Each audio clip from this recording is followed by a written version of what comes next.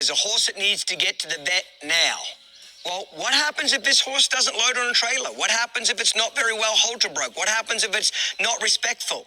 How the hell are you going to get it on the trailer when it's bleeding and you got to get it to the vet like yesterday? Or let's just say, for example, it's not even your horse. Like if I get a horse dropped off here that's got to be shipped out somewhere else in the country and I don't own it, okay, and it won't load on a horse trailer, I'm not going to spend an hour and a half doing all the method and all that because I don't even own the horse. And chances are when it gets to where it's going, they're never going to do it anyway. So yeah, will I cheat, so to speak, just to get a horse on a trailer? If I have to, yes. Now, I won't do that with my horses that I train and horses that I own and come through my program, absolutely not. But there are times when you need to get a horse on a trailer now without fighting with it, without a wreck, without getting it hurt, because if it's already injured, you're trying to get it to the vet. The last thing you need to do is be running it around and hurt it even more, okay? So what we'll do is I'll show you this technique of getting them on quickly, and then after that, I'll shut the camera off, and then I'm going to go ahead and load the horse like I did the other two horses for the owner and do it all properly. But for the sake of the camera, there's a quick fix way, and I'll show you how to do that now. So let's come on in here, mate. Let me talk to you about your horse. Typically, she is aggressive towards me because she knows that I cannot get her in the trailer. She'll sit back. She's bit me multiple times. So it's difficult working with her whenever she is at the trailer and we are trying to get her loaded. Okay, let's back him up a little bit. Righto, Chanel. Tell me, how old's your horse? She is going to be 4. 4-year-old mare? Okay. Yes. How long you had your horse? I've had her since she was 5 months old. Okay, so most of her life. And why is she here? What kind of trailering problem do you have? She is not scared of a trailer. She just is too big and knows that I cannot put her on the trailer. So what does she do to avoid going on then? She yanks me out of it. She'll go around it, and then she gets to the point where she won't even get 20 feet close to the trailer. Okay. And so how did you get her here then? I had to run her through my mom's cattle pens. We ran her through the chute, closed the gates behind her, gave her a tap on the butt with the lunge whip, and so you basically took away all the escape routes for her. She had no other option. And did she go on straight away? It took maybe 2 minutes of just a tap in and a little bit of coaxing. Okay. But once she got in, she was like, okay, I'm in the trailer. Okay. So how do you normally get her on if you don't have the cattle pens? What do you normally do? Usually it takes a couple of people, one trying to coax her in, another trying to spank her in.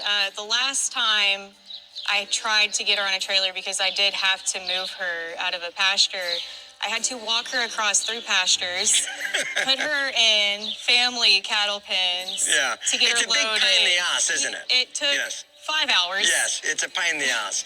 And believe me, I'm not laughing at you, I'm laughing with you. Because as a kid, I used to do all this crazy. And as a kid, I had the fittest horses in Australia because I had to literally ride them everywhere. I couldn't trailer them. So my horses were like really fit, like race horses.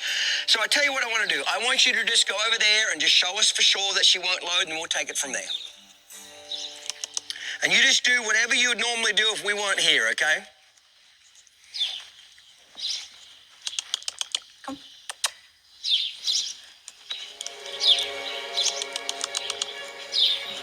What happens if you get in the trailer? Lengthen your lead rope. Lengthen the lead rope, lengthen it. You get in the trailer yourself. Turn around, just kind of pull on her a little bit. What happens when you add pressure? What does she do? She rears. She does? Keep going. Keep going. While she's going, keep going. See if she'll go on. Come. Come on. Come on. Is that her typical behavior backing up? Very typical. And that's kind of the raring. Keep going.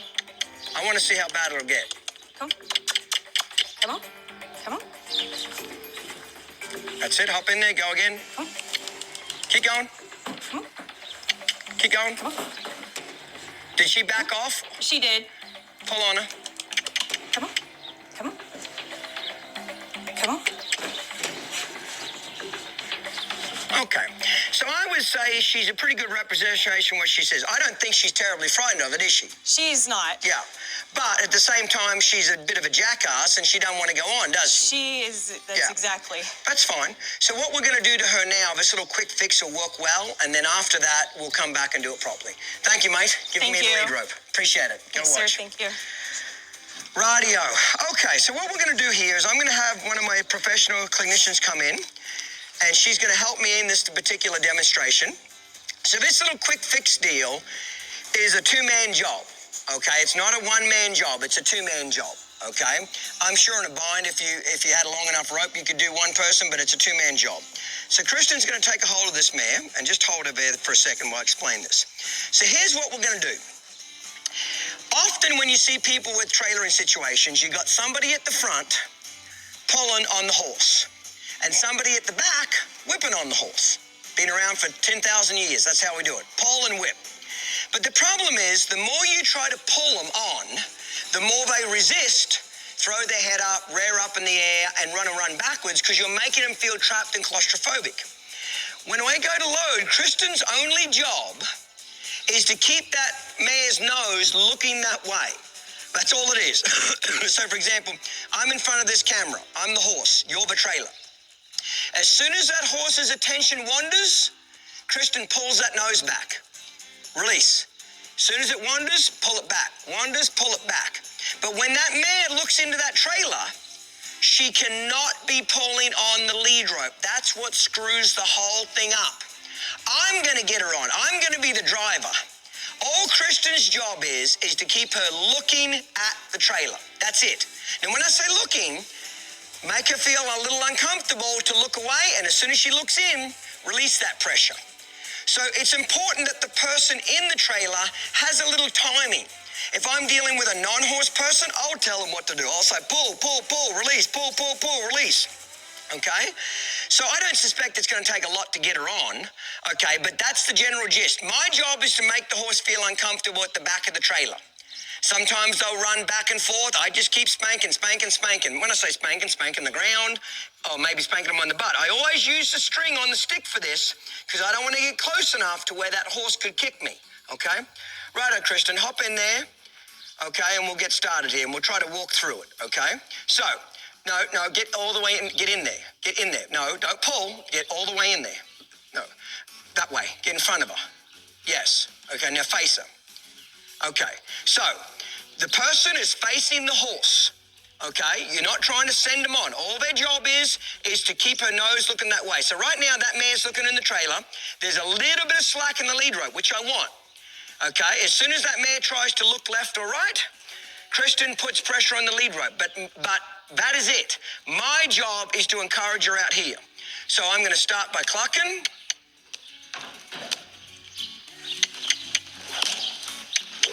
Pressure, pressure.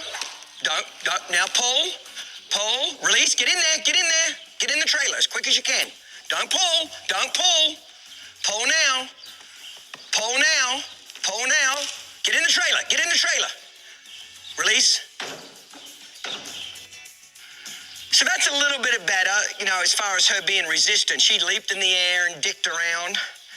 But Kristen, you got to get in that trailer. You're not beside them. Don't think send them in there. You got to get in first and be pulling on them when they're trying to take off. And as soon as they turn towards you, even if they drag you out, that's fine. But your ass is to get back in there as quick as possible. Righto, back him off.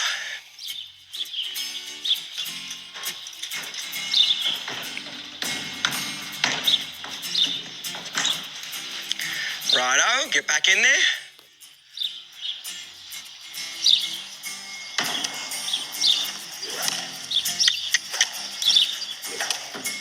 There we go. So, Kristen's in there. I'm back here. I'm going to start spanking the ground. If that doesn't work, I'm going to start spanking that horse on the butt. And that horse is going to wander left and right and left and right. And I might have to do this. I might have to move back and forth with it. And I'm going to keep irritating that horse, irritating that horse, irritating that horse, irritating that horse. But listen carefully. The second that horse smells the ramp, smells the trailer, looks at it, shows any sign of going in, all pressure comes off. In fact, the person on the ground, make him back up some. Get away from the horse. So if I'm the horse and you're behind me, spank, spank, spank, spank, spank, and if I even look at that trailer, run away. Get out of there.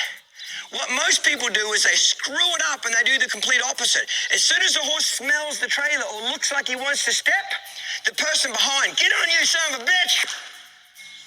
That's the opposite. Every time the horse tries to get on, you add more pressure. I want to pressure the horse when he's evading. When he's looking for an answer, I want to reward him. Okay? So again, sometimes you have to whip him on the butt pretty firm. Sometimes it might take 5 or 6 minutes. The longest it's ever taken me this technique with 2 people was maybe 10 minutes at best. Maybe, at best. Don't do this preferably on a paved concrete or, pavement, somewhere where the horse could slip over. I'm not saying that's always possible, but try to do it somewhere where it's not slippery, okay? But I'll tell you what won't work. If the person in the trailer is pulling on the friggin' halter, it will not work. If the person behind the horse is pressuring the horse and spanking when the horse is clearly looking. See, to me, a horse sniffing the trailer, licking it, is as good as jumping on it, in my mind. Because it all starts with a look, a lick, a smell.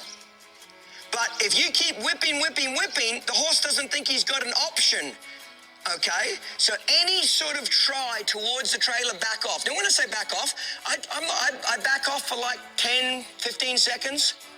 How long do I back off for? As long as the horse's nose is on that trailer or in there, I leave him alone. As soon as the horse looks up over the fence or starts looking away, pressure. As soon as he looks in, leave him alone. So I kind of let the horse tell me when I need to add pressure again. And sometimes the horse will kick out. That's why you need the string on the end of your stick. I'll whip him on the top of the tail head. I'll just keep spanking him. But I don't care how much I'm spanking. As soon as that horse even smells like he's wanting to go that way, take the pressure away. So this is a great little quick fix, but it will not work with a person that's in the trailer with bad timing, and it will not work unless the person outside the trailer is creating enough energy to make the horse want to be somewhere else. And it's not going to work if the person outside the trailer is spanking or putting pressure on the horse when the horse is trying to investigate the trailer, okay? If I had to have any of the owners of these 3 horses take anything home from this filming, which is I have to become an effective leader. I have to get control of my horse's feet. I have to get him respecting me. That doesn't happen by buying a special piece of equipment. That happens by you interacting with them and using my techniques.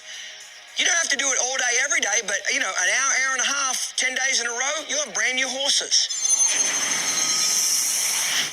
Well, guys, I hope you've enjoyed what we've accomplished here today. We had 3 different horses. One was really difficult and very disrespectful. One was disrespectful and scared, but not as difficult. And one was relatively easy. But you notice we still followed kind of the same techniques on each horse, and we got great results from it. The method works 100% of the time. If you apply it correctly and you are dedicated to your horse, you will get tremendous results if you follow the method. The method's not magical. It doesn't work by itself. You have to get out there and commit to your horse, and you have to be willing to learn a new skill set.